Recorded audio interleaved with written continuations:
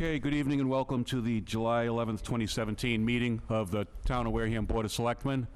May we have a roll call, please? Present is Selectman Tropiano, Selectman Scasiotti, Selectman Slavin, Selectman Titlebaum, and Town Council is somewhere. Yep. Town Administrator is not here yet. Yep. Pledge of Allegiance. Let's see. Chief Walsh. Pledge allegiance to the flag of the United States of America and to the republic for which it stands, one nation, under God, indivisible, with liberty and justice for all. I'm going to have Kevin coming first. Yeah, that'd be fine. Yesterday was a very interesting day in our town's history. We had a potential crisis situation in the schools. A lot of people worked very hard to protect the children, to keep them safe, from the teachers, the staff in there, the Wareham police, and really police and other law enforcement agencies from all over southeastern Massachusetts. I don't think I can thank these people as well as Chief Walsh can, so I would ask him to come up and address the board and the public. I believe he'd like to give some thanks to the fellow agencies and the people in town who helped out. Thank you. Good evening. Is this on? I don't know if it's on, but Bob will tell you if it isn't. all right. So I wanted to take a minute to just address the situation that happened yesterday. It's a terrible situation that happened, but I think we handled it the best we can. And I told at the debriefing yesterday that I told the guys that I believed it was a training exercise at the end that should be emulated. It was unbelievable. I'm so proud of everybody that was involved, not only from my department, from other departments as well. I'd like to read a prepared statement of thanks. And when I'm done reading it, if I left anybody out, I sincerely apologize, because no matter what you did during this incident to bring it to the conclusion it was at, it was well appreciated and well necessary, well needed, and well appreciated. I can't thank you enough, so I didn't intentionally leave anybody out. So on Monday, July 10th, 2017, at approximately 10 a.m., school officials received a threatening email from an unknown source regarding a possible gunman inside an unnamed Wareham school that was in operation for the summer season and other various activities. Upon receiving the threat, Wareham Police Department personnel and Superintendent Shaver Hood immediately took decisive actions to address the situation from all standpoints, with the safety of the students attending programs at the Minor Forest School, the Wareham High School, and the Wareham Middle School being our primary objective and goal. Thankfully, the threat incident proved to be unfounded, and everyone involved, especially children of all ages, were safe and reunited with family members who we sincerely hope understand the precautionary measures that were necessarily undertaken. The following agencies should be acknowledged for their professional assistance provided to the town of Wareham and its citizens. The Semlec SWAT team, which is comprised of officers representing Plymouth and Bristol County towns, including Wareham. The Mass State Police Stop Team, which is their SWAT team. The Mass State Police Air Wing Unit. The ATF. The Cape Cod Area SWAT Team. The Plymouth County Sheriff's Department. The Wareham Department of Natural Resources, formerly known as, a couple weeks ago, as the Harbor Masters Department. The Wareham EMS Department, Wareham Fire Department, Wareham PD communications officers, and police departments who sent representatives to cover our area, because crime didn't stop during this one incident in Wareham. We had assistance from the Mass State Police, Plymouth PD, Middleborough PD, Bourne, Carver, Marion, Fairhaven, Rochester, and Mattapoisett. I'd also like to acknowledge the professional and humanitarian efforts and actions of the management staff of the YMCA, led by directors Debbie Franguelli and Lou Brito, as the YMCA served as a central reunification area for parents and their children, while providing comfort and a feeling of security in so many ways.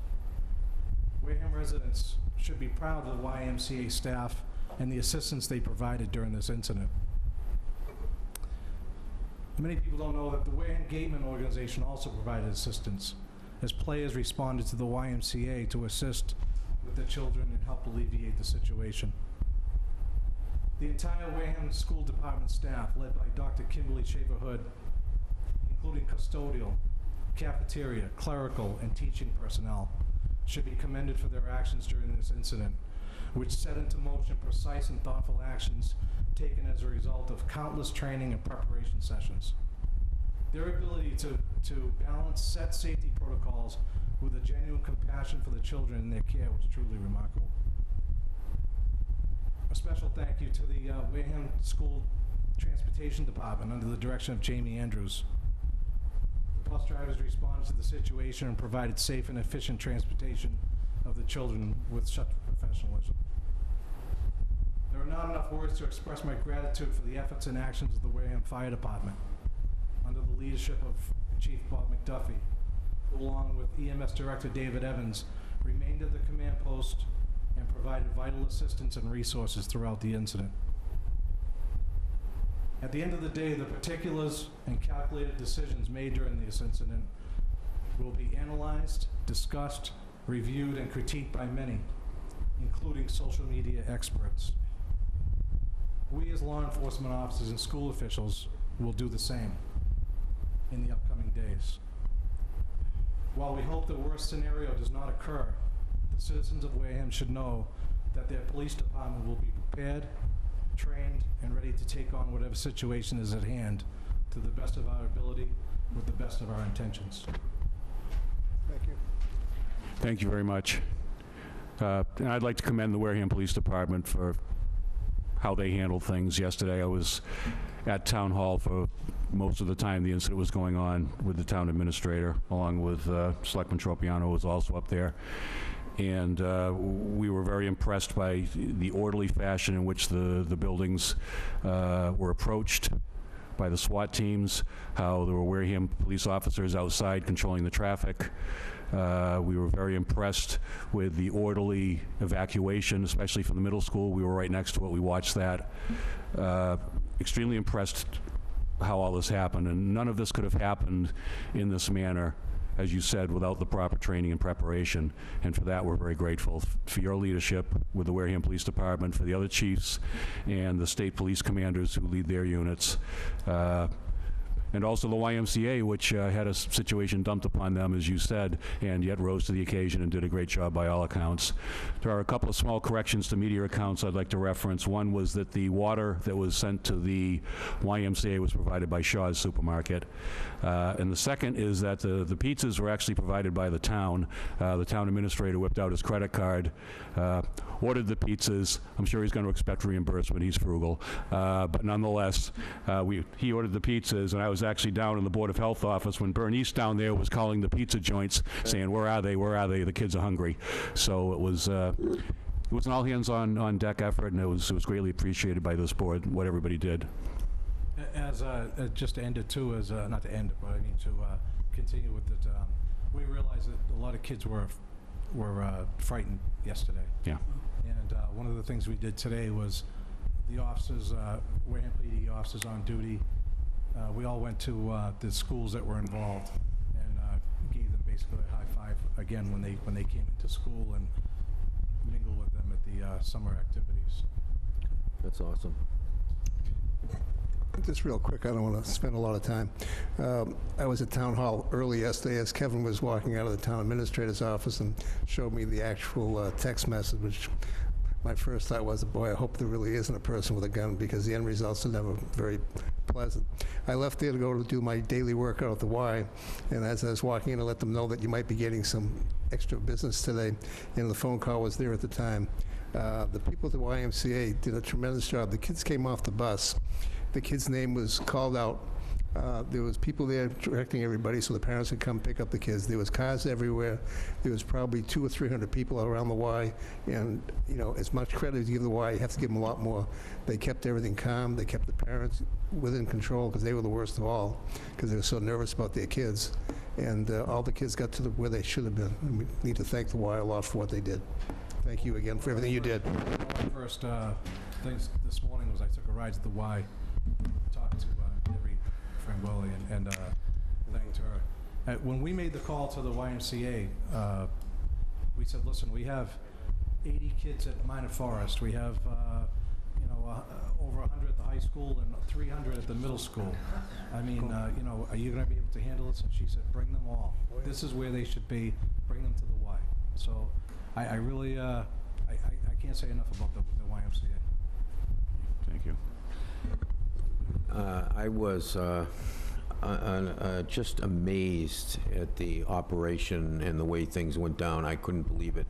I mean, staging areas were set up so quickly, places for the press to go and for this and for that and everything, just like, and you know what, it seemed like it was just something you did every day. I mean, it was amazing. And all I could hear is everybody, the priority was the kids, the kids, the kids, the kids. Nobody cared about anything else but getting those kids safe no matter what the situation was going to be. And I talked to a lot of the guys as I was walking around, because I was sort of trapped here, like the parking lot was closed off and we were all sitting here.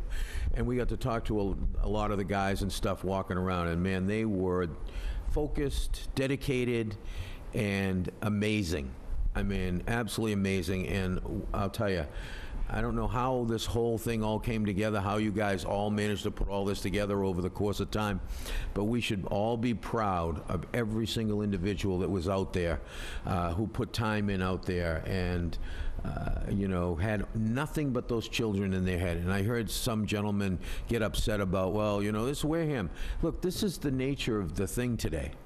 This is not just Wareham, it's everywhere this kind of stuff is going on. The fact that Wareham is so prepared and so ready with all of these other volunteers and groups that come together, people should be thrilled. They should be so happy about how good and the job, the leadership that you showed and the leadership that your leaders showed to make this all come down. You guys should be just thrilled of what a nice job they did. And thank God there was nothing. I mean, it didn't happen. And you know what? I'll take that any day, and I don't care. And I don't care, everybody says, well, it costs a lot of money. So what? So what? It doesn't mean anything. And I can't thank you enough, Chief. I can't thank your people enough. And I walked out of there proud like you wouldn't believe of this community and the people that you were able to bring together.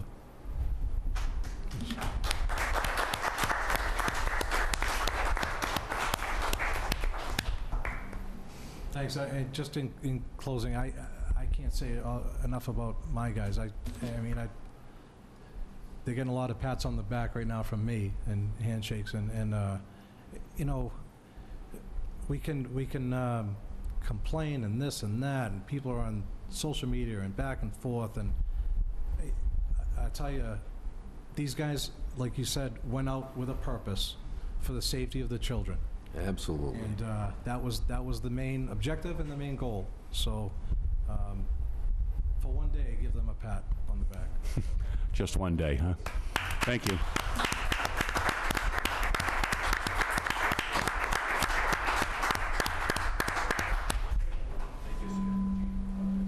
And we also want to thank the administrator for use of his credit cards. Yeah. Almost forgot you, Derek. That's what I'm good for. It's okay, there's no money left in your account, remember that. Next we have announcements, Pat. Want to do the announcements, or you want to go to the hearing at 7:15? We can go to the hearing if you want to get that out of the way. Yes, we have a hearing, 7:15, on the application of Philip Charalouse, 19 Highland Road, Wareham, for Shellfish Grant Number 1.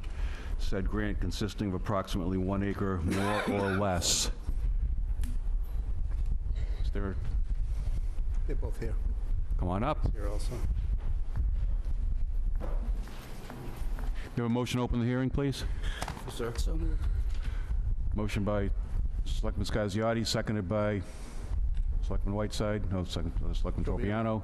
Roll call vote. Selectman Tropiano? Yes. Selectman Scasiotti? Yes. Selectman Whiteside? Yes, sir. Clerk Slavin? Yes. Titlebaum, yes. Okay, the hearing is open. I'll wait for the harbor master to disseminate these materials.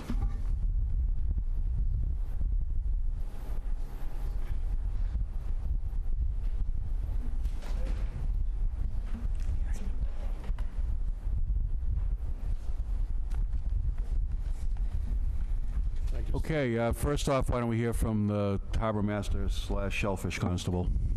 Good evening, Gary Buckminster, Harbor Master, Shellfish Constable. I just want to go through the list. I'm sorry it's taken so long to get this paperwork to you. I've had a little incident that has dragged me out a little bit, but it's here.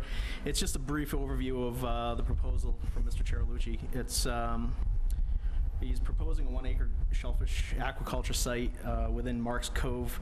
This area is it is marked off as a recreational area. The site that is being proposed is not in an area that is heavily used. Matter of fact, I don't think it's used at all because of the bottom consistencies and the location of trying to get to it. So most of his operation will be done from a boat because of the same struggles of getting in that area. The 1 acre grant is the smallest shellfish grant that we will have in this town. Through the processes of operating this grant through different growing techniques, the site should be sufficient for now to get a pretty active aquaculture site going. And it's not going to cause any issues for navigation. It's in a pretty secluded location. There are moorings in Marks Cove. However, in this location, there are not. In some of the residential properties, there's very, very few, and they're in a pretty far distance away, and it's mostly lightly used seasonal housing. So, Okay, pretty much all I have. so you want a shellfish grant? Any questions on the board? No. Alan? No, I just want to make a statement, though, that basically Phil's dad is a member of the Wareham Community Associates, which I'm currently the president of, but there's no conflict in what I'm doing, obviously, but I just want to make that known anyways. Okay. Okay, is there anybody here to speak in favor of the application for the shellfish grant? You had a question, I think. Oh, you got a question? Oh, well, wait. Okay. You're in favor, Jerry? Yes. Very good. Selectman Whiteside, you had a question? Well, actually, I had a comment. Seeing as how I used to teach with Mr. Chiralucci's father, I guess I should let that be known. I also would just say thank you for taking up an area that may or may not pay you back. I'll find out. It's a risk. Okay, anybody else to speak in favor of the application here? Anybody opposed to the grant? Move we close the public hearing. Second. Motion to close the hearing by Selectman Tropiano, seconded by Selectman Whiteside. Roll call vote. Selectman Tropiano? Yes. Selectman Scasiotti? Yes. Selectman Whiteside? Yes. Clerk Slavin? Yes. Titlebaum, yes. The hearing is closed. Move approval of the grant application. Second. Okay, motion to approve by Selectman Tropiano, seconded by Selectman Whiteside. All in favor, say aye. Aye. Opposed? Abstain? 500. Just as a note, the grant also includes conditions that are here, which they already know about. Yep. You're good to go. Good luck. Have a good night. Thank you. Thanks. Okay, we'll go back to announcements. Selectman Tropiano? Well, I guess I can wait till we get to our Liaison? liaisons and stuff. Okay. Selectman Scasiotti? No. Selectman Whiteside? No, I apologize for being late, sir. Well, that's fine. Senior moment. It's not a senior moment. You must have some stuff. Oh, yeah. Thank you, Jerry. These are Alan's comments for the day, basically. The fireworks, which was done on Saturday last week, I wanted to thank very much the Onset Volunteer Group that actually put it together, and Cat Jones especially, as well as the basically chair, president of the OPA. We've always asked people when they want to do events to kind of see how much money they can raise on their own, and usually the CEC puts money aside to help these organizations as well. Basically, the Fireworks Volunteer Group was able to raise their full $40,000 without help from the town, and I think they should get a special congratulations for what they did. It's not easy these days. I'd like to actually put a special thanks out to John Deacus. John contacted me a while back and said, I'd like to do something for my wife Beverly. In particular, she really enjoyed the fireworks. So I had John meet with Kat. We sat down and we talked about what he could do. He had proposed a fairly substantial amount of money to do the fireworks for this year. My suggestion was, let's take it and make it a little more of an incentive. Every so many dollars they raise, you put $1 in, and we'll do this over a 5-year period. And we really need to thank Mr. Deacus for what he did to start this going. I also want to thank all the different banks, et cetera, who actually contributed to this. It's nice to see a community step up and do something. The blessing of the fleet that Gary, I don't know if he's still here or not, Jamie takes care of that, one of the assistant harbor masters. It's really growing along. We had over, I think, 45 boats this year. Everybody had a good time. Nobody fell in the water and drowned, which is unusual. And they're all fairly sober as well. We also had the antiques fair that we have every year, July 4th. The town stepped up and wanted to use Tremont Nails facility to show that it has some value. And Mr. Sullivan kind of challenged myself and the society to put on a car show, which the town basically took care of. And we were able to do that, and it worked out very well. And it was first use of that facility, and we're talking about the town doing some other events there as well, possibly a car show again with a drive-in type thing. We'll see how that works out. Another piece is the Summer of Love concert. I went there on the Wednesday after the 4th, and I sat down and enjoyed the music. And again, Cat Jones and that group there, they do a tremendous job, and they really need to be supported. It's every Wednesday night. On Thursday nights, there is a movie night. Again, it's virtually free. The town should take advantage of that as well. Swan Festival is coming up at the end of the month. They're looking for volunteers. Get a hold of the Wareham Village Association for that. What else we got? Well, the last thing. We went ahead and, took the bathhouse, leased it out. There were some people complaining. Mostly everybody was happy about the Buzzards Bay Coalition Aquatic Center. I've got, if you give me just a second, I was hoping that this would really work out well and show how we could get kids who've never had the opportunity to learn how to sail and other things. And on a couple of days ago, if you give me a second here. Bum, bum, bum, bum.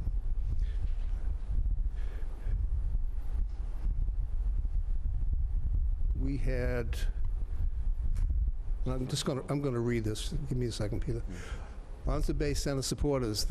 Basically, one day after all the votes, grants, proposals, land closings, meetings, 12 kids from Onset went sailing for the morning. The Onset Bay Center vision took a leap forward today with our first day of piloting youth sailing in Onset Bay. Many thanks to the community, etc., New Bedford group, as well as the Boys and Girls Club.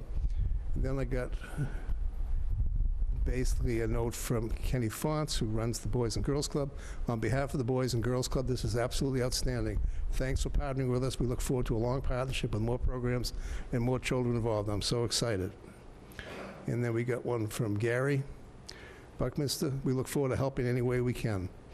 And then we also have from the New Bedford Sailing Group, well said, Kenny. The Community Boating Center team is excited to be part of this project and have the opportunities to broaden the horizons of more area youth. This is a wonderful pilot project. We are proud to be part of it. This is just one thing which they promised they would do, and they've done it much better than we ever expected, I think. And we have a lot of kids down in Onset that are going to have an opportunity to do things they would never get an opportunity to do. So we really need to thank the coalition for stepping up and doing what they did. Last thing, yesterday's event was kind of disappointing for the town, obviously, but the town really stood up and took care of everything that happened there. It's, my comment's going to be a little comical, and my comment is it's a hell of a way to go into summer school.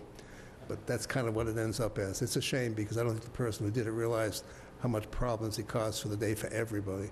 But everybody went ahead and took care of it and no complaints. Thank you all. Thank you. Let's see, citizens' comments? Anybody here to speak to the board tonight? Mrs. Slavin.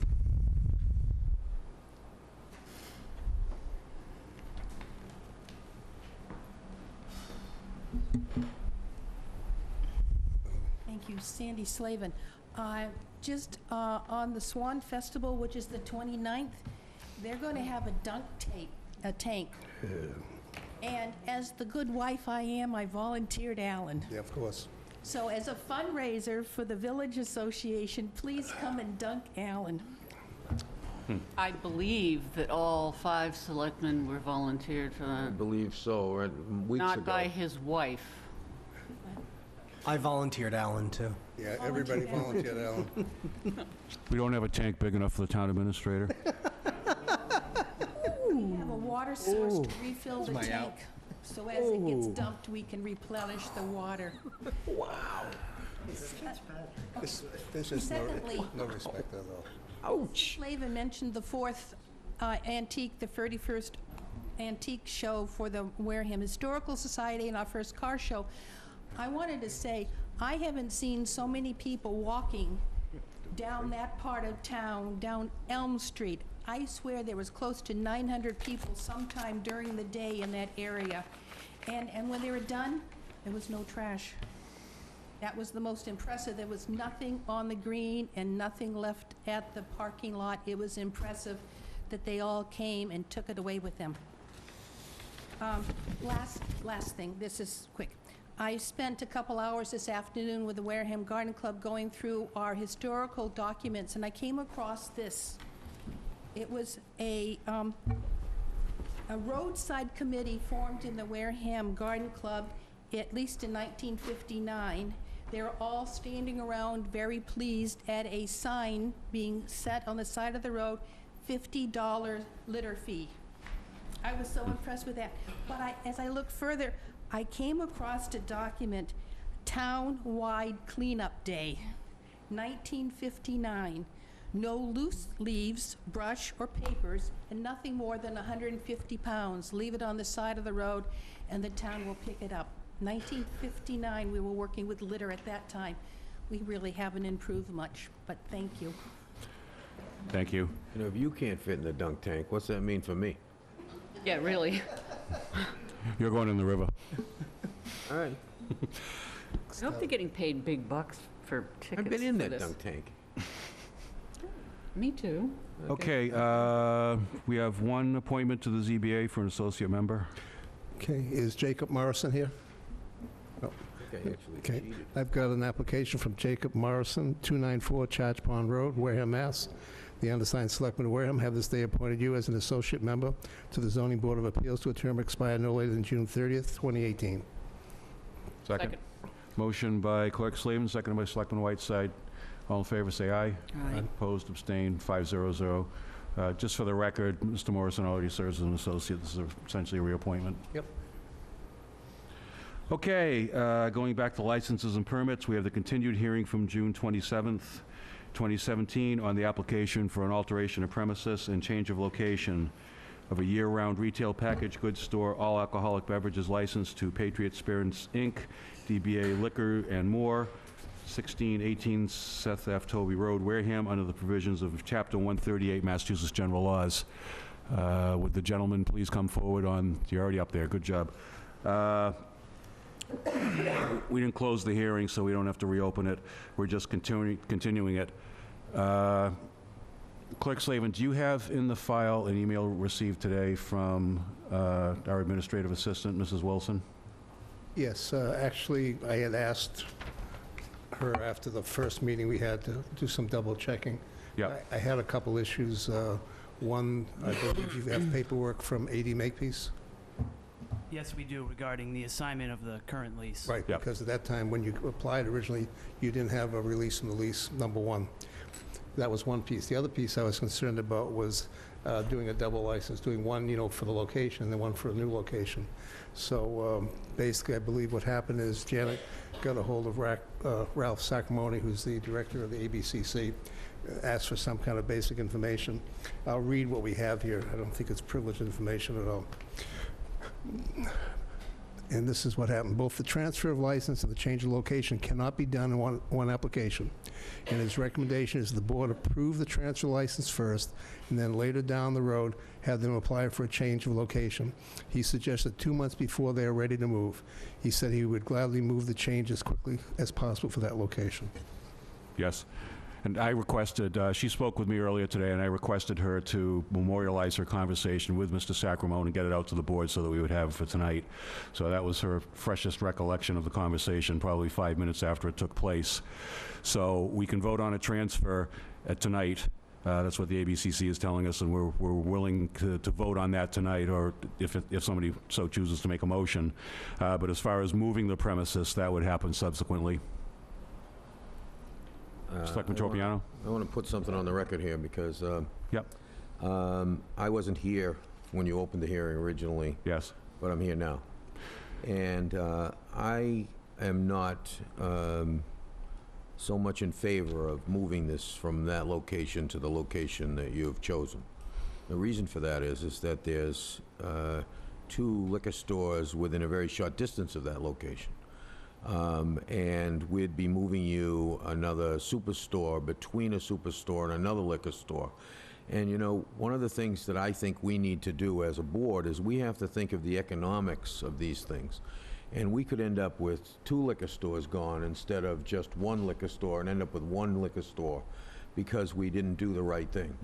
And so I wanted to be on the record that, in my estimation, I wouldn't be in favor of you moving it. Okay, fair enough. Comments from anyone else? Selectman Whiteside? I would echo Mr. Tropiano's comments. We have seen an explosion of growth in certain sectors of the town, but the converse of that has been a lot of empty windows in another section of town.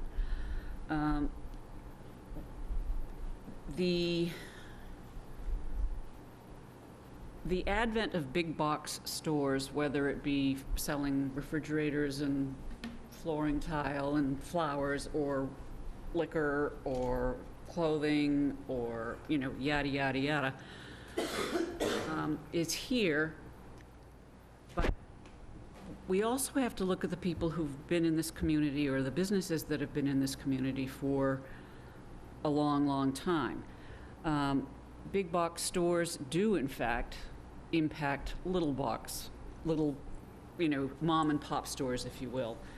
I think it's a great location where it is, and it serves a purpose for that, we'll call it, area of town that has some great growth and some very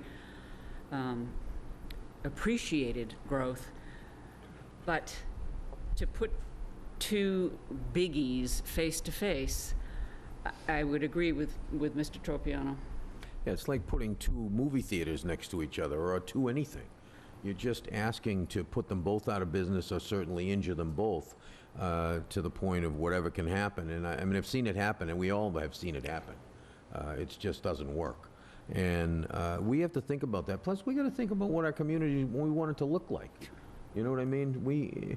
I think where it is now is kind of a community-oriented place. It kind of fits in with the hotel, and of course, they have that new development, they're coming in and all that, and it kind of fits in there, and I think it's kind of, quaint, and I'm okay with it.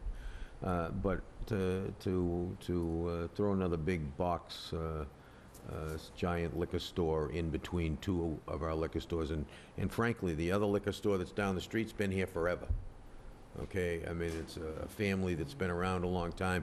I don't want to see them go away.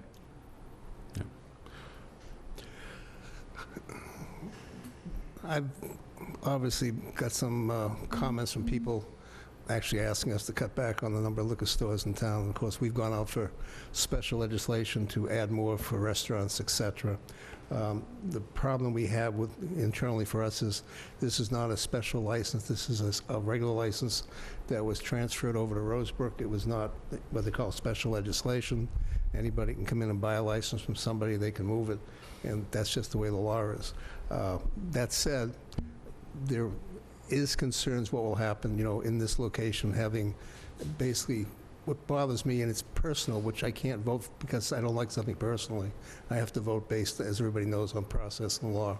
I'm not a real happy fan personally of having one liquor store called Wines and More and another liquor store called Liquors and More. It's extremely confusing. The only reason why I say that is I was over at the Mill Pond Diner probably a week ago, maybe a week and a half ago, and someone mentioned to me, how come the liquor store over at the mall is moving? And I said, it's not the same place. So this is going to be a common problem because, you know, being in business, you can have two businesses similar. Competition usually is good for everybody. Sometimes if there's much more supply than demand, it doesn't work. But at the same time, when you have two places with virtually the same names, as far as the average public's concerned, it doesn't work. It causes more problems. But from a legal standpoint, I don't have any grounds to say that we can't do it. Actually, I want to, and I'll clear this with counsel, but I want to make something perfectly clear. It's a license. We control the licenses at whim. Nobody can buy a license and move it anywhere they want without our authority. That's what we do here. So we don't have to let them move the license. We don't have to let them even transfer the license if we don't want. We can check this with counsel, but I'm pretty sure that's the law. Go ahead. With your permission, Mr. Chairman, that's very accurate. Every application of this nature has two components: a transfer of ownership, a transfer of location.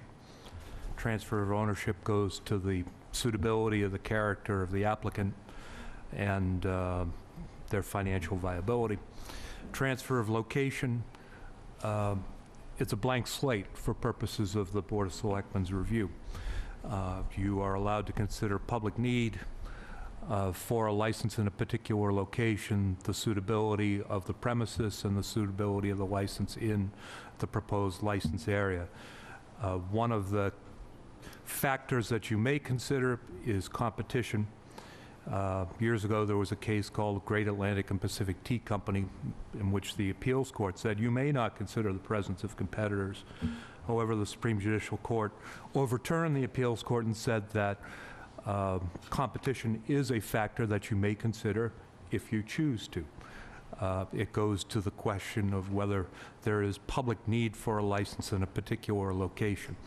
As I understand it this evening, or if I understand how this will unfold, I may not, the board would be considering just the transfer of ownership component of this application, and the ABCC is suggesting that the transfer of location component of it be put off to a later date. Although I think the board would probably be more likely to make the sorts of comments about competition at that later hearing in considering the suitability of the future location. I think that you've acted fairly in informing the applicant of what your views might be at the time that that goes forward, so that if the license holder or the applicant has some reservations in light of your comments, the license holder can now act appropriately. Thank you. Selectman Whiteside? Yeah, I just have, this is the notice that was published. Notice is hereby given that the Board of Selectmen has received an application for an alteration of premises and change of location of a year-round retail packaged goods store.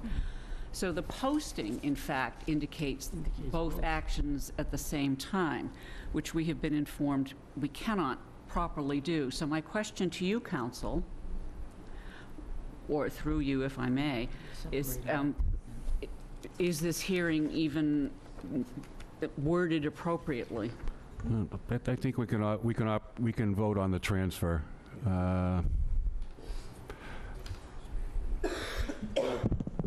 With your permission, Mr. Chairman, I don't know if there is more than one notice, but my understanding of what's before the board tonight is a change of ownership, correct? And a change of location. Correct, the transfer and change of location.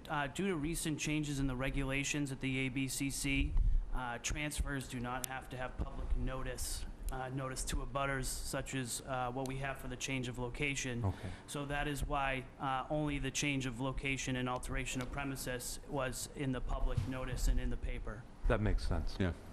Okay, thank you. Is there anything else to be said before we... Is there anybody, I don't think we've gotten to the point of asking, is there anybody out there to speak in favor of the application? Good evening. My name is Shannon Buckingham. I'm actually a resident at 16 Toby Road. I'm present here with my husband and also Mark Rogers, who's representing the property owners at 18 Toby Road.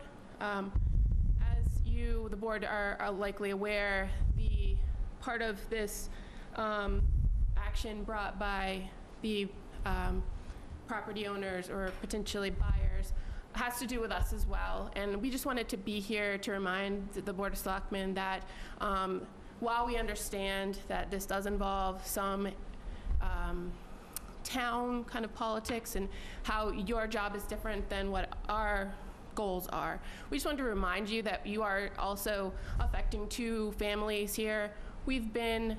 My husband and I have been living at Toby Road for about 13 years, so this is the third major construction in that area that we've been through, this new project that's on the corner of 20 and Toby Road. And we were before the board almost 2 years ago now, went to town meeting, we changed the zoning in that area to help facilitate somebody coming into that area and utilizing that area for what it's become. I don't think anyone can dispute what it has become. So we just wanted to express that we are in support of this. Our plans and where we intend to go in town is affected, by what's happening here. I'd also just like to point out in that your discussions in relation to the change of venue, which I know that that's not really what's happening at the moment, Right. But we are talking about a mile down the road. It's not like we're moving, which is mass exodus that we've seen from the other side of town to this side of town. It is close already, the existing store. And as somebody who lives there in that area and sees how many people come and go that are not even people from this town, I don't know that the concerns that you've expressed are actually what happens around there. People come from all over to come to these places. I think that there has been a spike in competition in that area, that the crossing, we've seen companies come and go from there, and it always is busy, and we don't see that this is something that would be a detriment to the town, and we'd be in support of that, not just for our benefit, because it benefits us, but just as residents of the town. Can I ask a question? Yeah. How does it benefit you? Well, we have listed our property as commercial property, and the parties that are intending to transfer the license over to Toby Road, they are purchasing our property, my property okay. as well as the Rogers property. And All so right. this is a contingency So this of is the purchase. contingent on the purchase of your property? Yes, Okay. and like I said, we've been here for 13 years. We've been through 3 major projects. We have Walmart in our front yard right now. We're trying to move on, and we want to stay in this area. We want to stay in Wareham. We like our town, and we don't see that this is a huge issue, and we see that this is kind of going in line with what's already down there, and we would like to see this go through. Okay, thank you. Thank you. Is there anybody else who'd like to speak in favor of the application? Is there anybody? Come on up, please. Good evening, ladies and gentlemen. I'm Mark Rogers. I represent my parents' property at 18 Toby Road. Just to bring you some history of Toby Road. 1967, the state came in. My father lived on 28, where the exit is at 195. State took his house by eminent domain. My father bought the house back, moved it to 18 Toby Road, which was residential area at that time.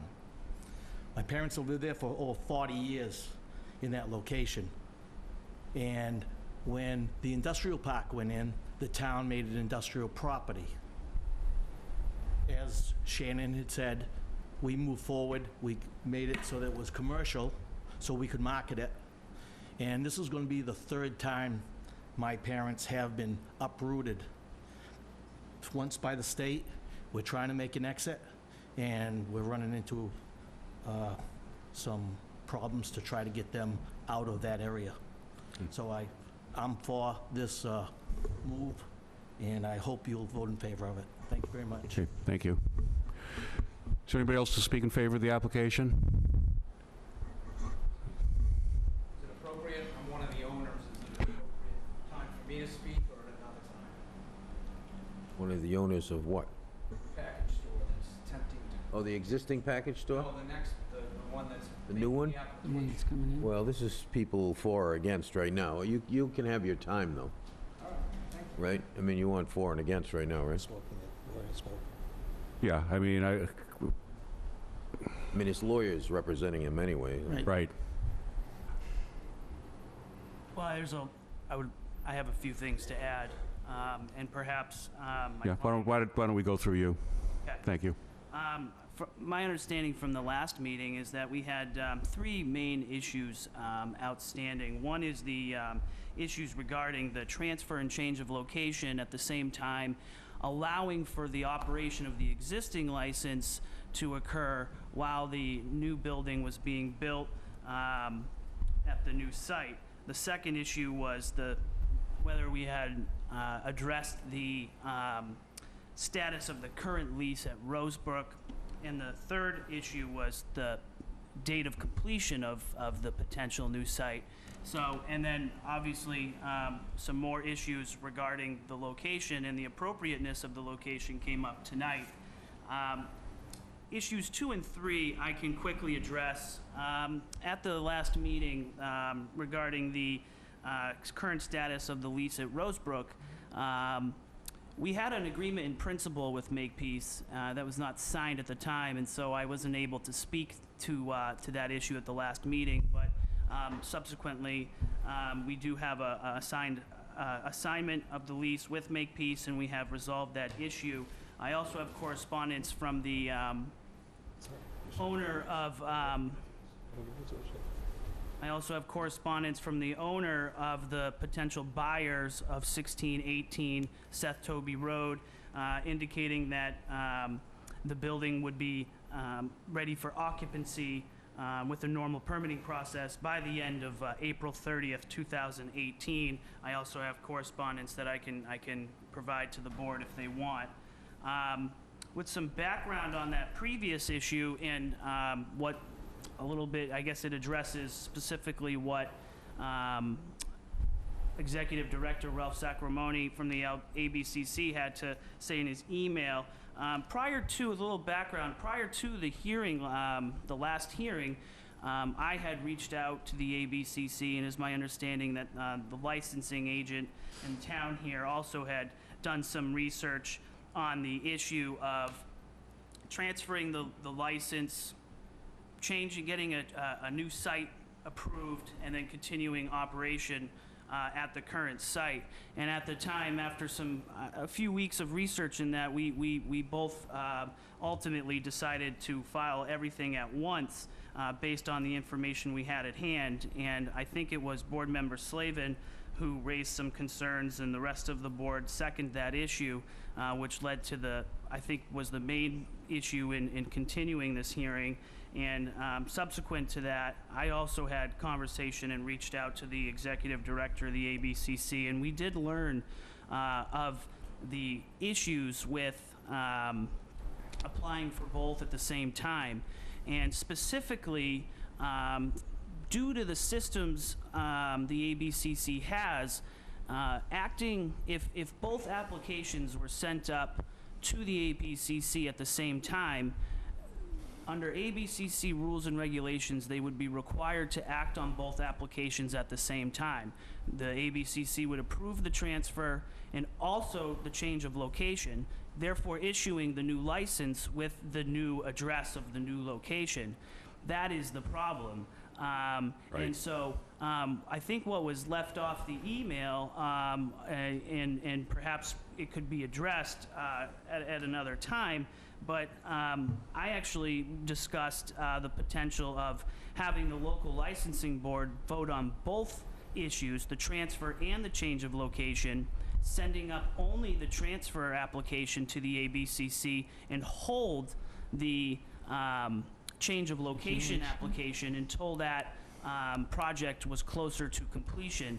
This is something we did in our last application, where when we had a transfer pending in Orleans, we had a transfer pending with the ABCC, and we, in the interim, had filed for an alteration of premises, and which was approved by the local licensing authority, and that application was held by the town until the transfer approval from the ABCC was received from the town. So I would hope and suggest that that is a way we could go tonight. Now, I'm just going to interrupt for 1 second here.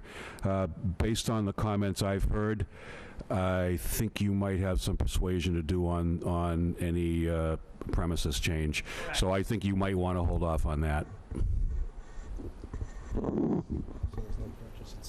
well, I have a couple comments on that particular issue, if the chairman would allow me to address those issues. Sure.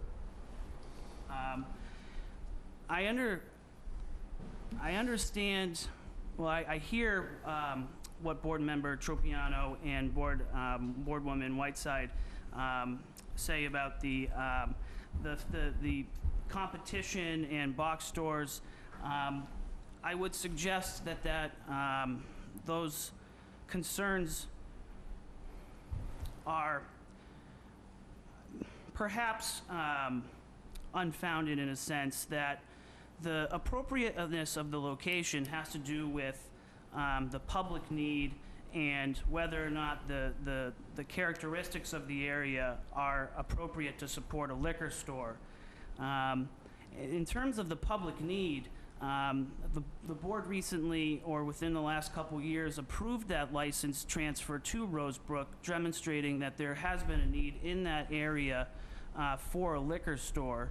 The proposed site, the proposed change in location is less than a mile away. It is actually the closest license to the proposed site, so that is something we looked at when choosing the site and the license prior to this process. So in that sense, I think we satisfy the public need aspect of the appropriateness. As to the characteristics of the area, that area has seen some significant growth over the years. There's a Walmart. In that Walmart parcel, there are site plans for additional out parcels. There's a massive shopping plaza. There are plans for another shopping plaza that immediately abuts the proposed site in question. That area is zoned commercial, and also that industrial area, it seems as though there is a move towards commercializing that.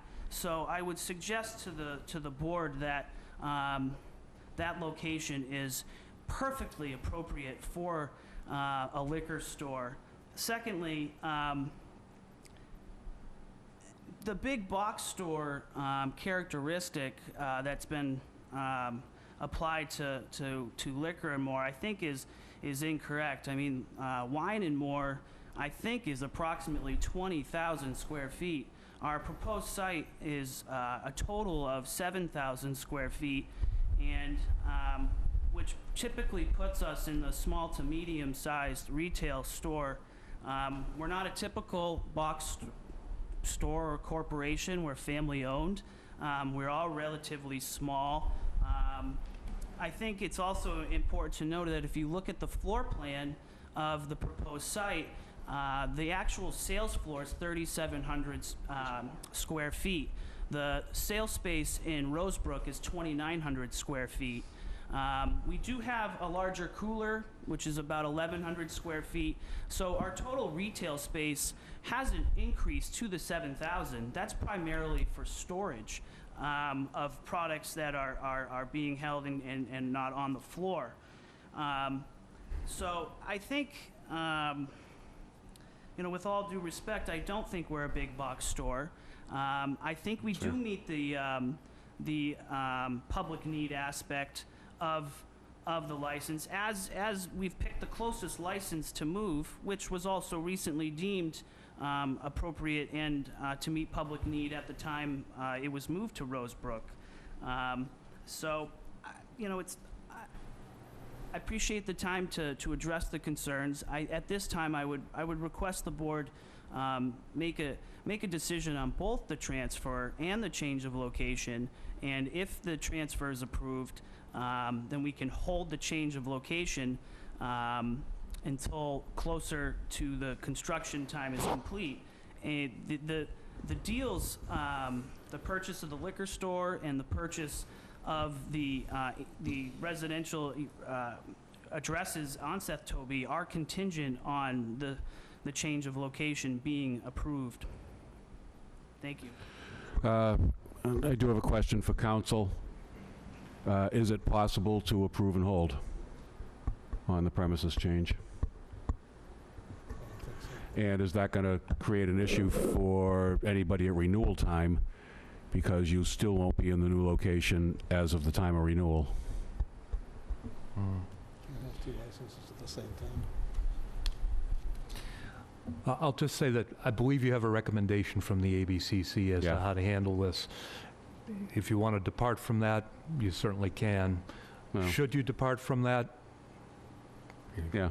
Well, fair enough. I don't think so. I've actually asked the town administrator to just for the purposes of comparison, to try to find out how many square feet Wines and More is. 25,000 square feet, so I don't think we're putting in a proportional competitor here if we were to eventually approve the new location. I think 7,000 square feet is a little bit different in terms of the competition against them. If the concern is the smaller package store, then maybe that's a different issue. But for my purposes, I don't think I can complain too much about a 25,000 versus a 7,000 square footer when we've got Walmart and Target right next door to each other. Well, Pepin's is a stone's throw, and if you want to look up the square foot of that place, it's nowhere near 7,000 square feet. Oh, I know that. It's certainly larger than that store. Pepin's, I can throw a stone from that place to Pepin's. I got a good arm. Yeah, it's not as good as mine. I can't throw it that far, so. Just What's Slavin? Yeah, just a comment. When we're talking about relocating the one license from one area to the other, the Mill Pond Liquor Store, which was at the corner by Tohonet Road, was closed by Makepeace because they decided not to run it anymore. They wanted to take the license and move it to Rosebrook to make it easy to rent property there. I think the biggest problem is, most likely, is the cost. I mean, that's the reason why it moved. It didn't move because we saw a need right in that location to put a... The bottom line is that when they moved, the liquor store went in, Chris Smith was the first owner there. The cost of running the business there versus the volume does not work. That's why the second owner is selling as well. But basically, the Mill Pond Diner was a very small operation in the liquor store, and they just wanted to move it so they could rent the property. It was for no other reason. It could have been a restaurant as well. But bottom line is, that's not the reason that it was moved by this board, because there was a need. It was basically a developer wanted to have a liquor store moved into that location, which is a very short distance, one to the other. That's my only comment on that. Yep. I don't think we asked if anybody wanted to speak against it either. No, I'm gonna. Haven't got to yet. Is there anybody here who wishes to speak against the applicant? Okay, seeing none and having gathered quite a bit more information tonight, Can I To just close make the one hearing. more? he can go ahead. We haven't closed it yet. Yeah. Thank you, Mr. Chairman. It's important to note that the construction of the new location, the new building, is contingent on the approval of that change of location today. So if the board does not vote on the change of location, that building does not get built. And the deal doesn't work. Which is why I'm requesting that the board make a decision on both at the same time. You know, this is, okay, so now basically you're saying we either do it or we don't, and it's over or whatever. You know, frankly, I'm taken aback by that because, you know, our job is to sit here and try to come up with a solution. And maybe some information might come up down the road that changes our mind or does something, because we're always open-minded. But to come in here and basically say, okay, it's our way or the highway, I don't appreciate it Well, much. I don't know that he's saying that. He's saying as a practical matter, how can they get the thing done without knowing that they have both the ability to transfer the ownership and down the road build it? I understand the pickle they're in. Well, And I think he's just reminding us of that. I just think, unfortunately, at this point in time, what we've received is advice from the AVCC that tells us we should do it this way and then go forward the other way. And I guess at that, I would request that perhaps we continue it until we get further clarification from the ABCC, because this process that I'm suggesting has been done in other towns, and that's fair. I wouldn't have a problem with that. So you're asking for a continuance again? Yes. at this time, in light of the email. And I would ask at this juncture if town council would follow this process as well, so that he can advise us. I think that would be the best course. I'll give Ralph a call. Thank you. Thank you. Make a motion to continue the hearing. Second, Okay. to a time specific. Time certain? Do you want 2 weeks or 4 weeks? I'm trying to think what I gave you guys off. You don't need much time. We're meeting next week, and we're not meeting the 25th. We are meeting August 1st. That'll be next week then. Next week. Next week. Rich, do you think you can get something from Ralph by next week? Yes. Okay, we'll continue it to next week then, 7:15. Thank you, Mr. Chairman. Contingent on the board voting for it. I move that we continue, he moved. Yep, she already moved. I second it. You- Yep, okay. All in favor, say aye. Aye. Opposed, abstain? Yeah. Next week. Thank you, Mr. Chairman. We're trying not to screw you here, but Understood. Yep. Thank you.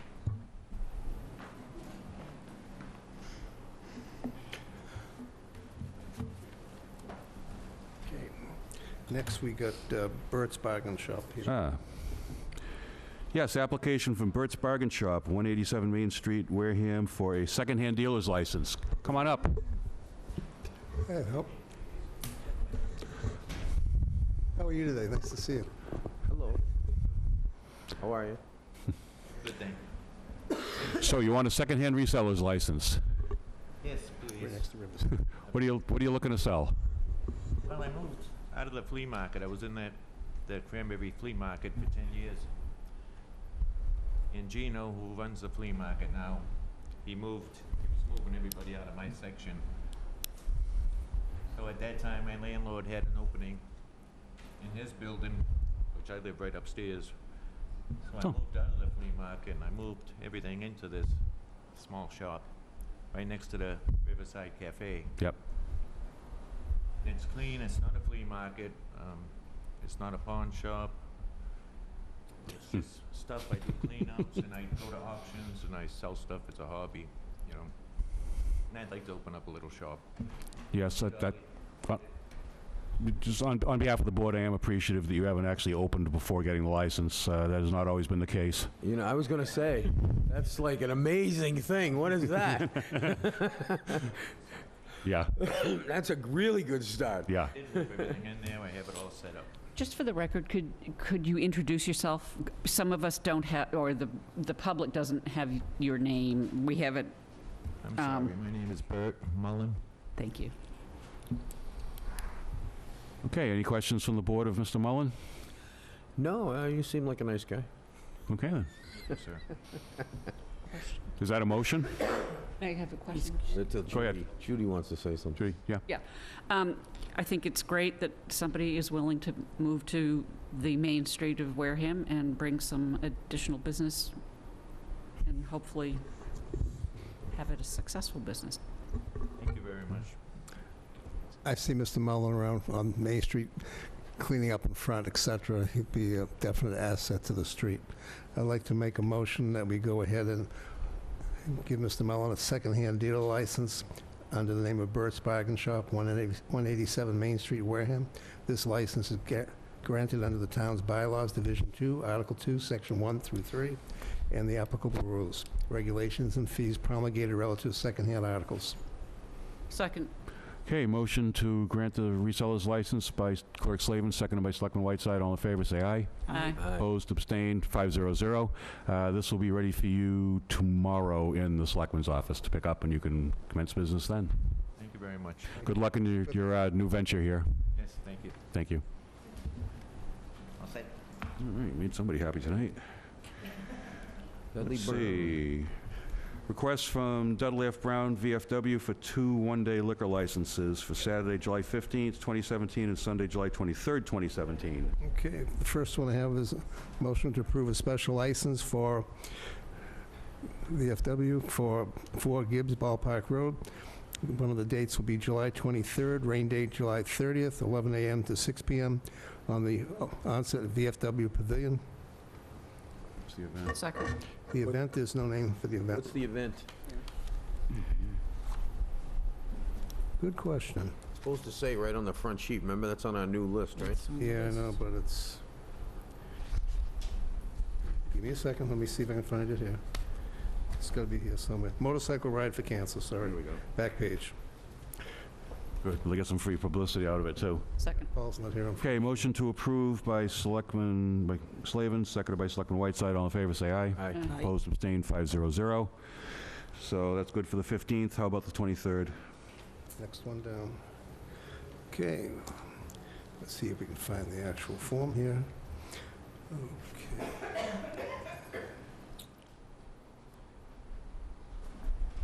Looks like this is a charity fundraiser, private party for Jody Texera. This is 12 p.m. to 6 p.m. Make a motion to approve a special license, again at the VFW, July 11th. Actually, location approved. And 12 to 6 p.m. on this one here. And again, 4 Ballpark Road. Second. Okay, motion to grant the license by Selectman Slavin, seconded by Selectman Whiteside. All in favor, say aye. Aye. Opposed, abstained, 500. It's a graduation party, actually. Yeah, that takes care of licenses and permits. Town business, I guess, based upon the fact that we don't have the actual documents in the file, we're going to pass over A. Was Yeah. that? Permit or easement, you don't have it? No, I was asked also, I would suggest we push it over till next week. There was an issue that came up from the people who were supposed to sign some documents on the easement, not with Makepeace, but with some other people there. For some reason, the party that's doing the project has not got the documents signed yet, so I think it's best just to put it off a week, make sure we have everything in place properly. Okay. I'm going to jump over B for now and get the Bike Path Committee up here for item C.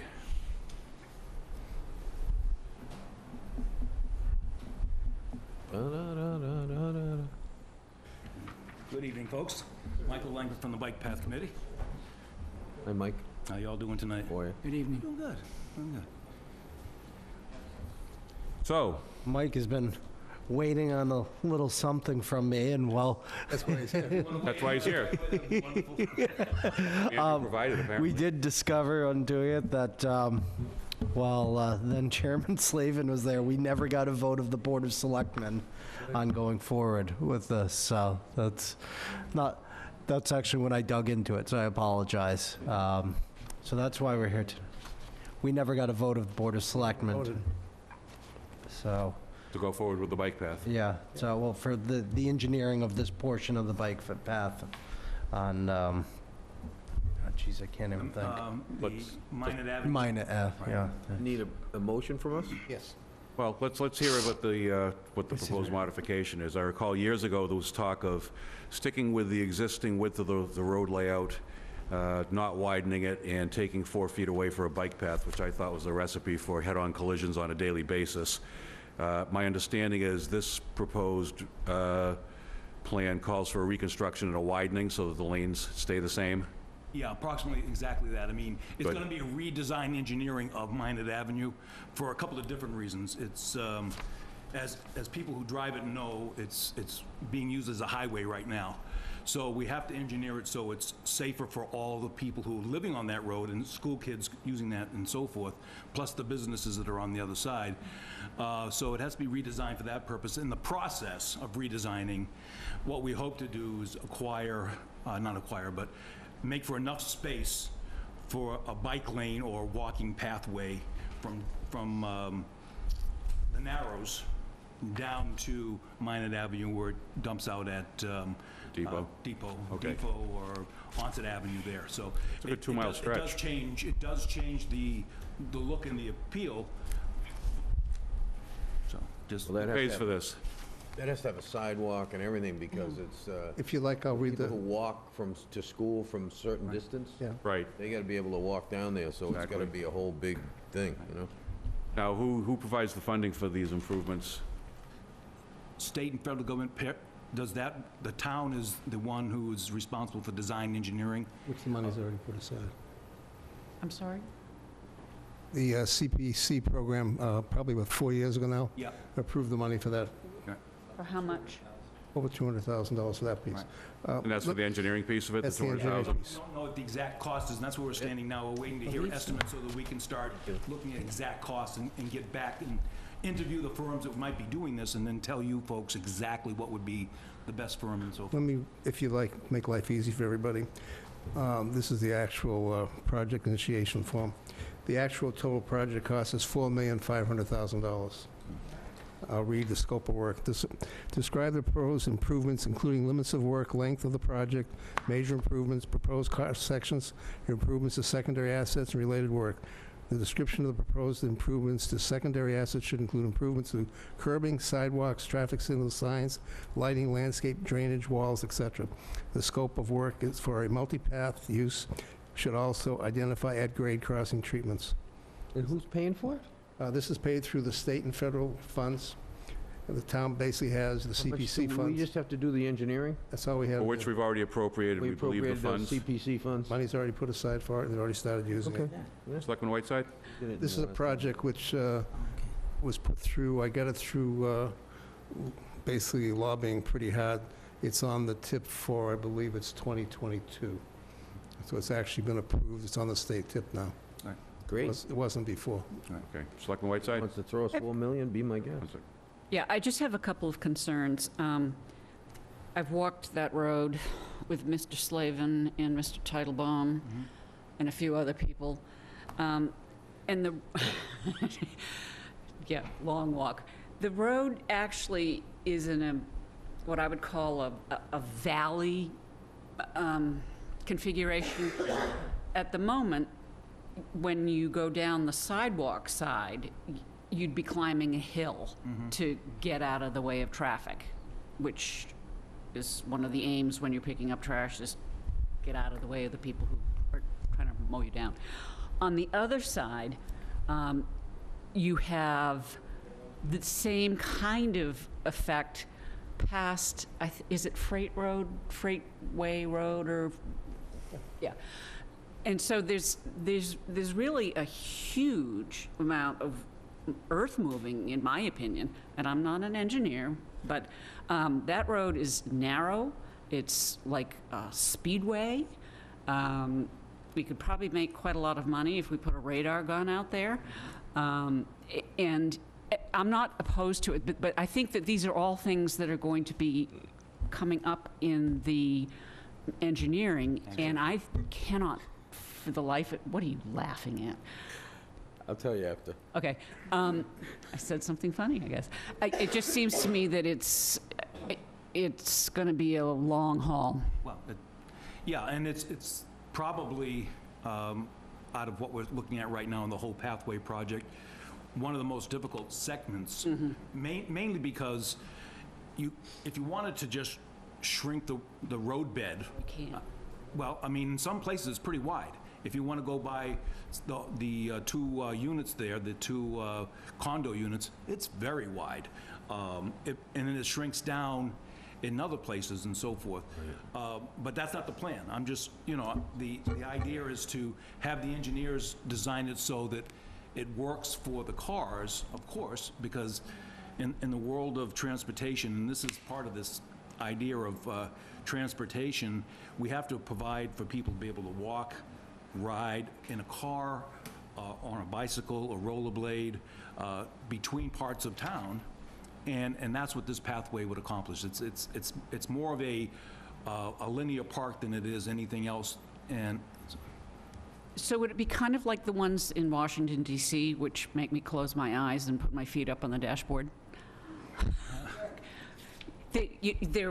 There's a line of traffic, there's a bike path, and there's another line of traffic going the other way. no, this would be on the sidewalk side as it stands right now. Okay. As we see it right now, So it would be totally segregated from in the street. the vehicular. Right, except for where they cross driveways and things like that. And again, that's where the design engineering will come in. Very important that you have ways of notifying somebody's coming out of parking lot, let's say, or the like. Lane in next to it. You typically, bicycles are kind of a near and dear thing to me. My family was in bicycles for years. My father used to own Real Fast Bicycle Company and a company called Allied Cycle Distribution Company, so bicycles grew up with all my life. And so I appreciate it, but basically what they do is they'll probably move back the sidewalk, and a lane will go in alongside the other lane. There won't be any separation other than lineage Right, it between would the be two. white paint. Yeah. Yeah. So it's, because there's no way to do it the other way, you know what I mean? You can't put another berm in between or something like that, it's just impossible. Because, sometimes they want to get out of the lane, they want to go somewhere else, so they wouldn't have to jump the curb. What about those little doohickey things that you hit them and they tip over? They're using those a lot mostly in the urban sections, such as in Boston and so forth. Right. Boston's brutal. Yeah, I know, but they've done some things recently by doing that, and they've safeguarded a lot of people on bikes and rollerbladers and joggers and so forth by using those. Yeah. And strategically, those are very, the state approves those and is, on board with those kinds of things where necessary. Ideally, they want to separate pedestrians and bicyclists from automobiles wherever possible. Yep. Wherever possible, you want to separate them by as much as you can separate them from.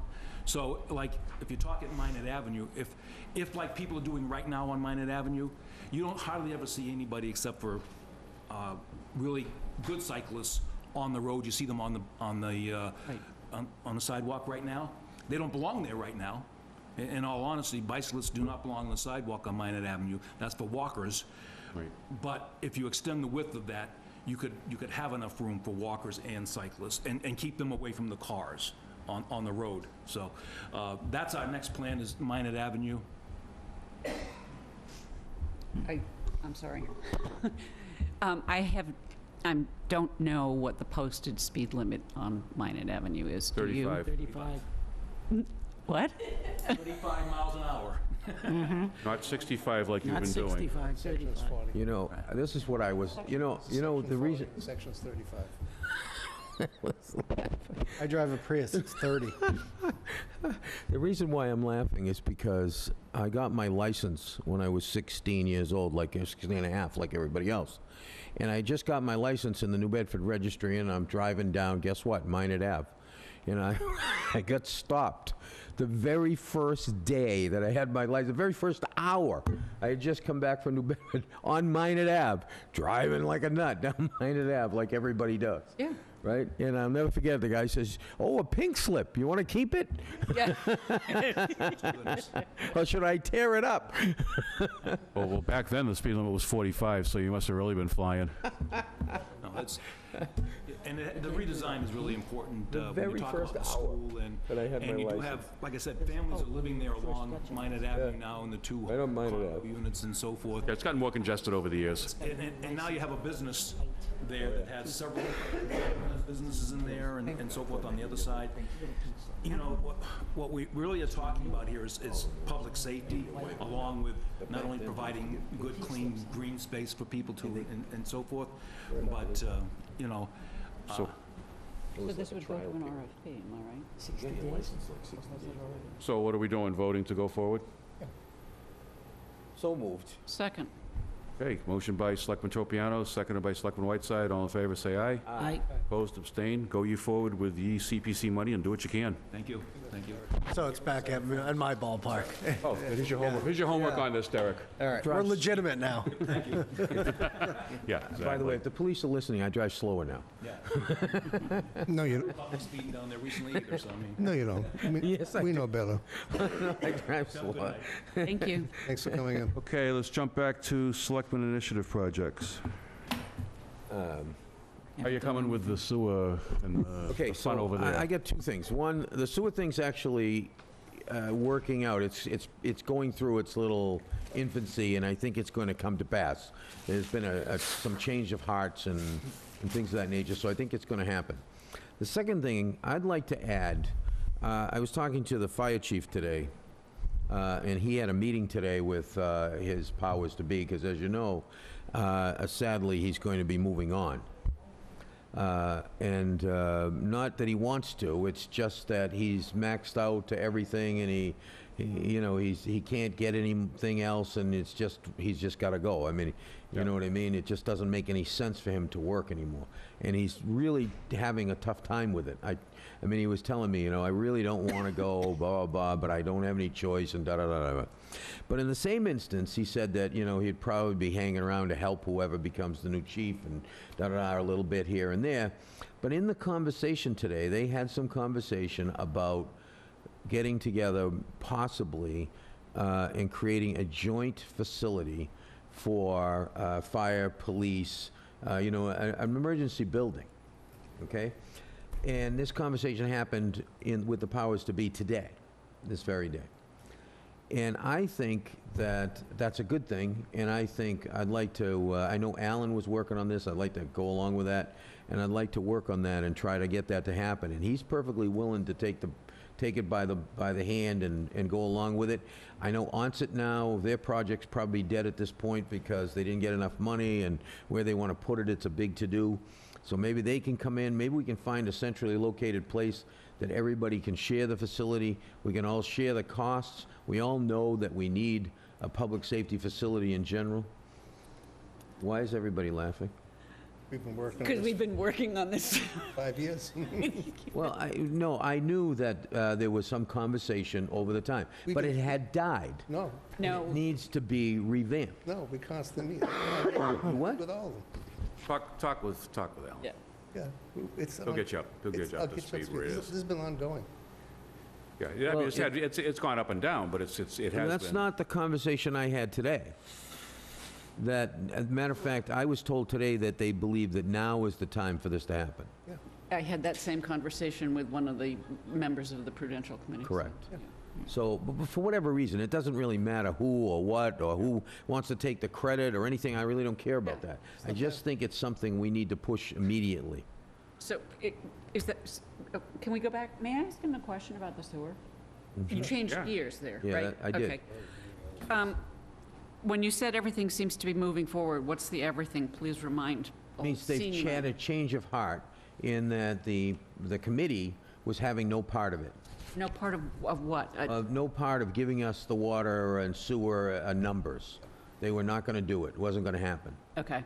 But they since have had a change of heart, and which is good because I don't know how it came about, who changed their minds. We don't really know. We just know that they now are in agreement, and now it's time for us to make the agreement. Yep. Okay. It's time now for us to call them, sit them down, and get the agreement. The sewer board can't do that. We have to do that. Right. The other question, may I? Yeah. Yeah. The other question was, and I don't know where I heard this, but, well, we have that information. We also have an intra-municipality agreement. that Yeah, they- that's, Oh, the Bourne one? that's with Bourne. Right. And we still have information that has not been supplied to Bourne, that they've been asking for considerable amount of time. Yeah, I'm having a conversation with Tom Guarino tomorrow, so. Okay, so Okay, maybe thank you. that'll get caught up. And But then it wasn't from our side, it was from the sewer department side. I understand that. And then the other thing is, if the sewer, this is for my own knowledge, if the sewer goes by your house, you were bettered, but you could not tie in. Is that correct? No, that depends. You see, we had different ways that we did this. I just want you to know, in recent times, all the projects that we did recently, we made it mandatory you had to tie in. Right. But there were projects in the past that we didn't make mandatory. How It far wasn't a back? mandatory, it wasn't in the agreement, and it wasn't a mandatory tie-in. So there were lots of people who chose not to tie in and didn't tie in. But they still got bettered. They still got bettered. They still had to pay the betterment no matter what. Okay, They so... didn't pay the fee. Right, but, so now, let's say there's 15 houses, let's say there's 450 houses. What is the impact of them choosing not to hook up? Well, I know- well- there's a bunch of issues that could happen. For one, they could get to the point where there isn't any capacity for them and they can't tie in, and they could have a failed system and have a problem. Okay. It just could be a problem. Thank They you. could spend a fortune in the yard trying to put a new system in, or whatever, okay? That could be one of the issues.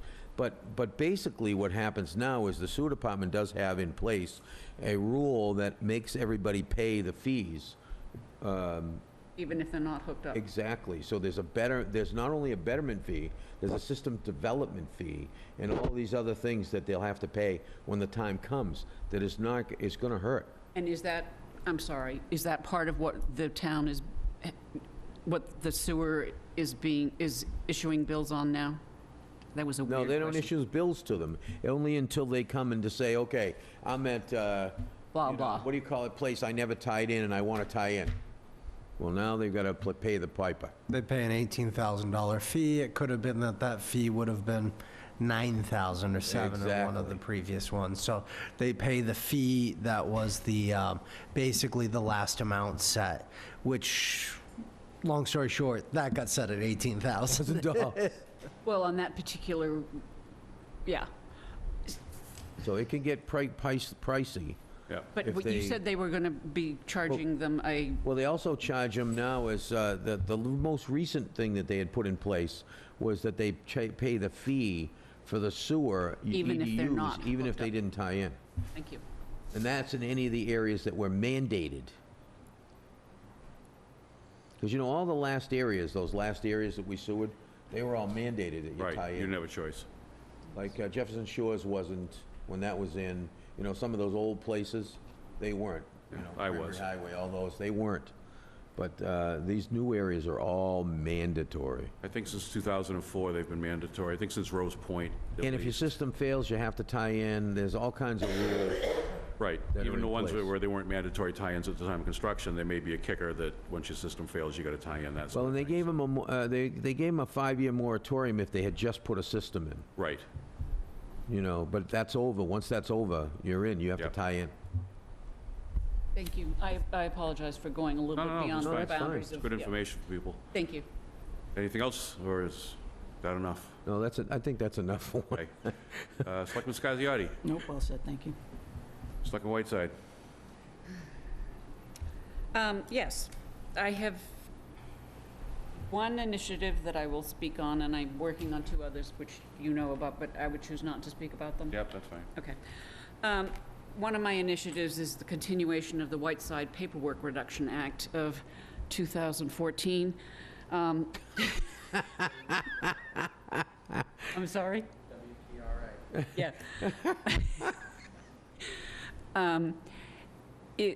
I have to say that compliments to the staff of Town Hall who have made huge progress in terms of making the files in an orderly and either chronological or, you know, filing number availability to the public, so that instead of having to climb over boxes to find a file that you may or may not be able to do, there has been a huge amount of work done on that. So the what did you call it? Paperwork? PR, yeah.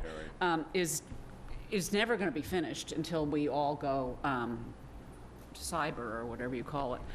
But there's, you know, even just the amount of paper that we have here in front of us on a weekly basis is substantially reduced. Not that we don't have the information, because we do, with our trusty little, whatever these things are called, iPad.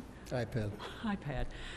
So that's, Trusty I'm very, whatever. I don't think it'll ever end, but it does keep my, whatever muscles I have, a little working hard. And the other two, I have spoken with the two of you about, so, and again, those are, Yep. okay, thank you. You're up. Go for it. Yeah, I'm too old, actually. One issue we have, which really is in the hands of the town administrator right now, Frank A. from Gatra was going to, I think, do some kind of bus piece over at Onset. You're working with him on that. And I also spoke to Frank about Merchants Way, and Frank did say that he has funds he can get to do the Merchants Way bus station as well, when we decide we want to go ahead and move on that one. On Patrick's comment about the public safety complex, we've actually, as I said, we've been working this for a long time, back and forth. Both Chief Walsh and Chief McDuffie have been involved with meetings, as well as the Onset Fire Chief. The Onset Fire Station, unless something changed in the last couple of days, even though they only were awarded $8 million, they have their location across from the Water Department there, and if they have to go there, that's where they're going. They do not want to combine because of the location area. The problem we have with the fire station is they have a circle they have to locate in, and we actually met with AD Makepeace, myself and one member from the Prudential Committee, to talk about alternatives with Makepeace of possible locations, and we were unable to come up with anything at this time. So there is a P&S on the property by 195 or across from Rosebrook, which the Prudential Committee, the Fire and Water District of Wareham, has until the end of this year to execute. So there is a piece of property there. On that property, there was a design for one end of it to have the fire station, the other end to have a police station. And that's where that's at as of right now. We're trying also to work with all three units about a centralized regional dispatch. Well- Issues came up with the fire department losing a couple people. And it was, for the first time ever, there was actually some interest in doing this. And that's what all that is right now. There's several other things going on. I'll just make a note that the state, the House and Senate did vote in their budget to include the $25,000 earmark for the moving wall. It is now in the governor's office. I called today to see what the inclination was. They have no idea what the governor's going to do with the budget. I believe the school got over $500,000, Derek, in the proposed budget as of right now. I'm sorry, In the House and Senate combined budget, the school's getting about $570,000, something like that, and the town's No. getting about 75? no, that's not what they just sent down the cherry sheets. The changes from what we voted on were, are you talking from our last one or from FY No. 17? Basically for 18. 18 versus 17? Well, 18, they're showing an increase to the schools in Wareham. But that's what they put out on Friday. There'll be an increase of $500,000 Yeah. because they're increasing the amount of money per student. Versus what we voted on, the difference between the assessments and the aid from what the town voted on is about $1,200. Okay, because they're pushing out figures of $570,000 increase to the school in Wareham and $75,000 to the town in general aid. Not versus what we voted, it might No, be no, first for one, I'm just saying, but what's actually... previous fiscal year. Previous budget for the fiscal year. So it's, I mean, it's great they didn't cut it, but we've already spent it. this money. Oh, yeah, we basically, and the other piece was also they're going to change the way they do the chargeback, for the school choice thing. They're going to, I guess they're going to hit us monthly now. Yeah, which is unfortunate because if, yes, I should say, it could result in higher charges during the year depending on what you get in the October count, so. They actually said to expect to increase costs, which is Right. another nice little gift. And so if another facility opens up or kids move, you're getting a, Instant hit. yeah. And the other piece is we'll have to see what the governor does for 9C cuts, because it'll be interesting, since there is a substantial benchmark revenue shortfall. There's other things going on, but I'll leave them go. Okay. Once again, you guys substantially are my project. Thanks a lot. Well, you're welcome. You're welcome. Did you just say we're your project? Yes, you require a substantial amount of care and feeding. So That's what's keeping me busy. That and Tremont Nails, a lot going on out there, so between the feasibility study work, we're hoping to have the feasibility study, the final one, in hand fairly soon. There's an event that's being planned out there for the end of August that I think we can talk about next week. And there's lots of good stuff happening out there, in addition to the car show that was there during the 4th when I was away. I understand that was quite a smashing success, and a couple of locals won. I don't know if you guys fixed that or what, but I understand they have pretty cool cars. Robinson's picked the winners. They did, huh? Okay. All right. Let's see. Moving on, discussion of possible town meeting articles. This was on, Selectman Whiteside asked me to put it back on for this week. Yeah, I just wanted to make sure that if something popped into one of our heads, that we had the opportunity to... Okay. Well, if nothing's popped in, then we'll pop along. Yeah, Rich has a whole list, I believe. I'm sorry, what? Mr. Bowen has a whole list already. He does, okay. Okay, then. Correct? That's a little scary. I know. We received a request from the Recycling Committee indicating that they had quorum problems. Yes. Research shows that this board created the Recycling Committee back in the 1980s, and so we have the authority to cut the members ourselves without having to go into town meeting or anything else. So you have the paperwork there. Yeah. Why don't you make the motion? We'll just make a motion to reduce the amount of members from the existing number to 7. Okay, motion to cut from 9 to 7 by Selectman Slavin. Just a question, that is their number that they've chosen? Yes, that's the Yes. number they've chosen. Thank you. I'll second it. Okay, seconded by Selectman Whiteside. All in favor, say aye. Aye. Opposed, abstain. They're all set, 500. We have a repairs to private ways, Wishbone Way. Got the estimate? Yeah, that's the single sheet of paper. Yep. $728. 728, isn't it? $728.48. Yep, they have to pay before work begins. We have a motion for that. Make a motion to go ahead with the road repair for Wishbone Way beginning at County Road to number 4 Wishbone Way for $728.48. Invoice will need to be paid in full prior to any work being performed. Please remit payment to Municipal Maintenance Department, etc. Second. Okay, motion to perform the repairs by Clerk Slavin, seconded by Selectman Tropiano. All in favor, say aye. Aye. Opposed, abstained, 500 on that. Does anybody have any 48-hour business? I've got here a folder for a sign. Wasn't on the agenda. Has to do with the Veterans Council. Guess that's 48-hour business then. What is it? What is it? The Veterans Council had submitted a request for a temporary sign permit. Temporary what? Where and what? Yeah. I can list it off for you. I just want to know if you want to deal with it. Technically, this doesn't fall under Yeah, 48 no, I hours. mean, No, know, so then, Go ahead. whatever. Okay. When's there, what are they looking to advertise for? For the moving wall. It's August Yeah, that's fine. Yeah, we can 17th do to that. 21st. Yeah. Okay. Make a motion. You have that on the agenda as just a How standard thing. temporary, though? It must have just dropped off. It's going to be 30 days approximately. Is it under 30? Okay, good. All right. No, it will be a little more than 30 days. Yeah, because the wall Yeah, won't because be here. we have that 30-day thing, you I know know. we do. I think the wall will be here for 3 weeks. So maybe we should say, Come back for renewal. Well, they well, we no, can, they can yeah, do, come they back. can do it They can put them effective. up a little, take them down, and then put them back up or Yeah, whatever. they can put them up and come back in 3 weeks and get a Make it 30-day effective the extension. 18th. Okay. That works. How about that? They don't have to take them down. Yeah, I mean, just, you know, Just make it the 18th. because, you know, everybody else will want to violate the thing, too, if we, you know. No, that never happens. What are you talking about? Don't start I now. love that look you gave me, Alan, like you were really telling me. Telling you something? I'll make a motion that we do a temporary time permit for the Wareham Veterans That's Council funny. in care of 11 Long Meadow Drive, Wareham, Mass. Contact person is Bob White or John McConnell. And that's the August 17th, August 21st is the event. Anderson Track, Wareham. And the dates are the 17th, 18th, 19th, 20th, and 21st. And the locations: Onset Ave, Cranberry Highway, Onset Ave, Union Ave. Just onset Ave, Cranberry Highway, that intersection might well be state property, so They go in by the yeah. pump station. They can go in, yeah, but certain portions may be state property. I'm just getting that out there. We'll know that. Yep. Onset Ave by Depot Street, Minot Ave by Indian Neck, Marion Road, Briarwood, Marion Road, Swiss Beach, Sandwich Road, Narrows Road, Main Ave, North Boulevard, Depot Street Pumping Station. Well, there's the one there anyways. Carver Road, Doty Street, Gotta be careful, could be state road there.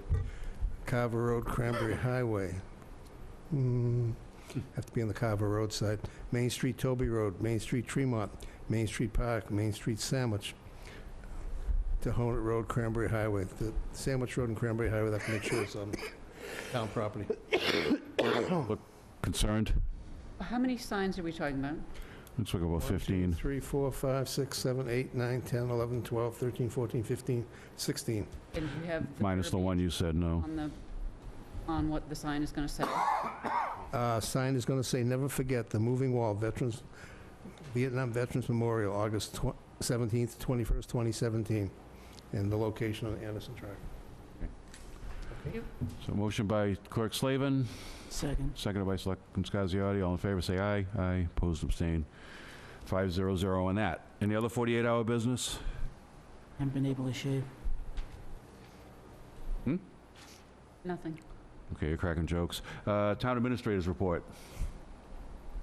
Hopefully you're not cracking jokes. Been in the hospital. with Thank you, my- Mr. Chairman. I'm happy to announce that we were the last ones to receive a grant out of the Massachusetts Department of Environmental Protection's Electric Vehicle Incentive Program.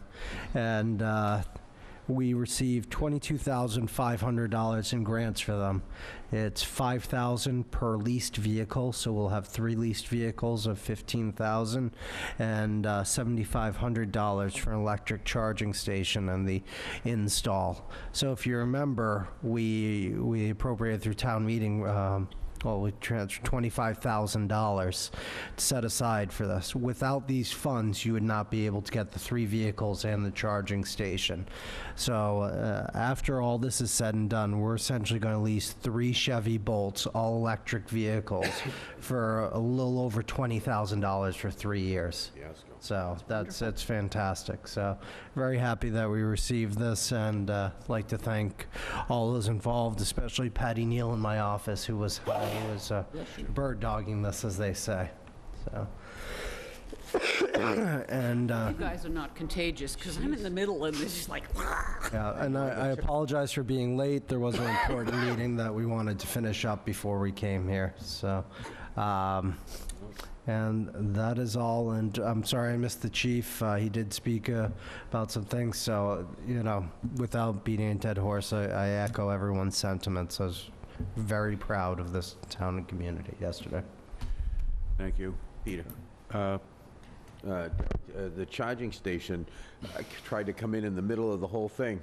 So it never got put in, right? No, ironically, the charging station was supposed to be dropped off, so we are planning on having that in, and in Friday it should be put. It's in the back side of Town Hall. Yeah, you can see dig safe lines.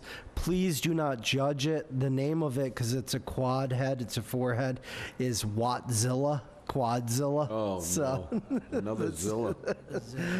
So don't judge the Zilla. We've also received, during this time, we did finally, I was notified that on the Friday before the 4th of July, that the truck was coming in with the 9 Big Belly solar trash compactors.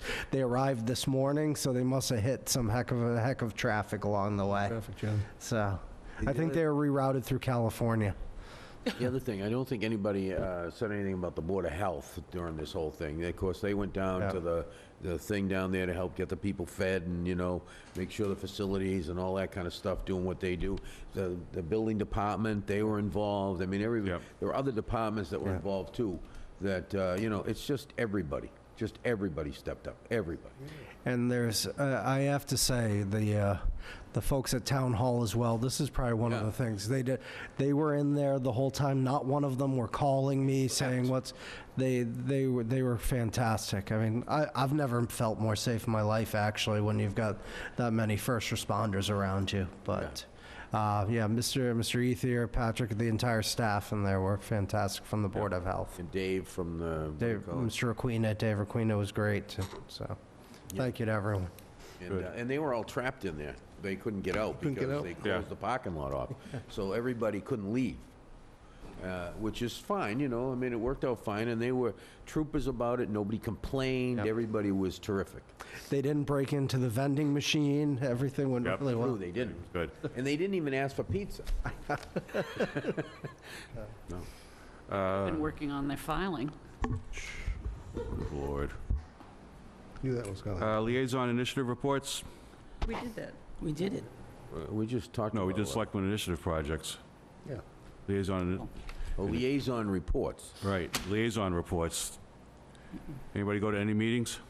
Yeah. Yeah, we know you. Meetings Anybody now, else? now, that I go to, Okay, go ahead. Mr. That's it? Yeah, do it. Planning board met last night. I believe it's the 24th. Monday will be the ongoing saga with Bay Point. Yeah. There'll be a full presentation by Bay Point for the newest version of the project, and we'll see what happens from there on that. Not much you can do. We have one new member, which we'll have to get up to speed, which he's working on right now. There's an associate member, also the same. And that's all. They really didn't do anything else last night in the planning board. They did talk about some new zoning bylaws and also the master plan. Okay, good. There's nothing at the state level right now. I've contacted the MMA about starting to do some heavy work on what's considered from DHCD, affordable housing and stuff. So we're going to start working at the state level to see what we can do. There's a meeting Thursday in Beverly, which they'll be there talking about 40B, and hopefully the organization will be there talking about asking some changes to be made. And that's really all I have. Good. It's kind of a short week last week with the holiday. We don't have anything on the consent agenda, so... Move to adjourn. Second. Okay, motion by Selectman Whiteside, seconded by Selectman Scasiotti. All in favor, say aye. Aye. Opposed, abstained. 500. Thank you. Good night, Wareham.